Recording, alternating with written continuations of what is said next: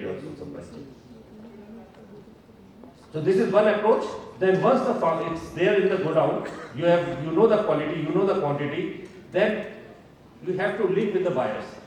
So we have made a system, it's an e-auction platform where the farmers can put up their lots and traders from all over the India can bid a price, because we have established the quality of a produce, so bidders bid and it's our response, because it's in our godowns, we take guarantee of supplying the same quality of material to them.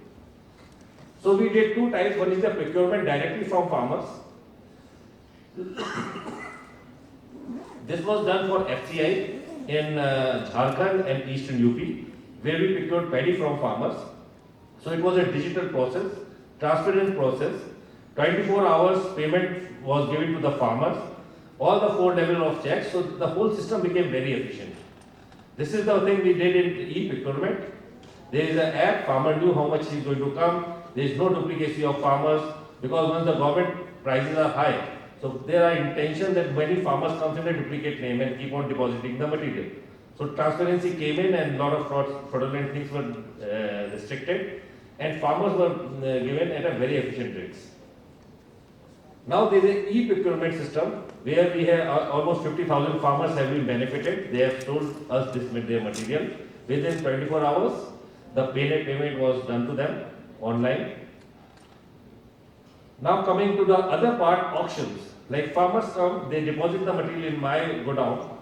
Now as a FPO they can come, farmers producer organization or as a aggregation. Then if they want to sell, we organize 1,000 e-auctions we have done. 3 lakh tons of material has been auctioned so far by us, and average price realization, which is higher, is 5 to 15% of the reserve price. So this is the value addition we have done. 300 crores of value we have added into the system by virtue of just taking out a middleman, putting up a system, and farmers are getting benefit out of it. So, and we are also working now on reverse auctions for warehouse delivery. So all these things are internet-based, app-based. So this is how the post-harvest linkages can be established and pre-harvest linkages can be done in order to increase the efficiency of the whole supply chain, and farmers can be a part of it and all the suppliers. So this is all from my side. Thank you. Commodity finance system, is it really working? Yes, sir. Because we found that although there is a law, it's an act, but hardly any bank was giving finance based on the warehouse receipts. So that's why I'm asking that question. Sir, I am fully aware.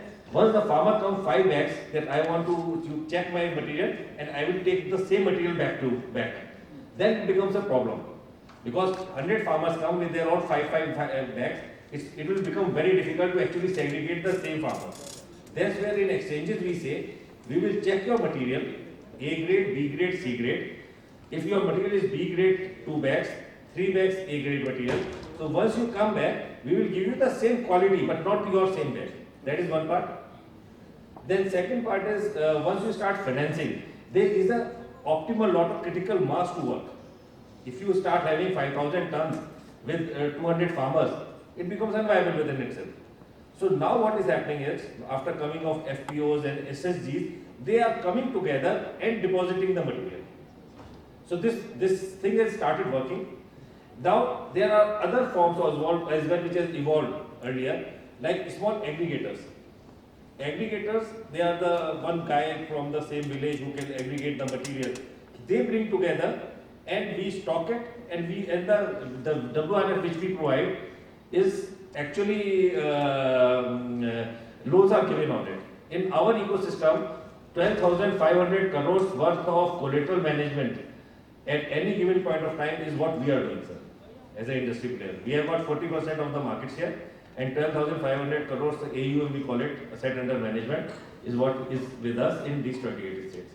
So it is started happening, but still there are a lot of lacunas. As a farmer, small farmer, you will not get benefit. Yeah. Okay.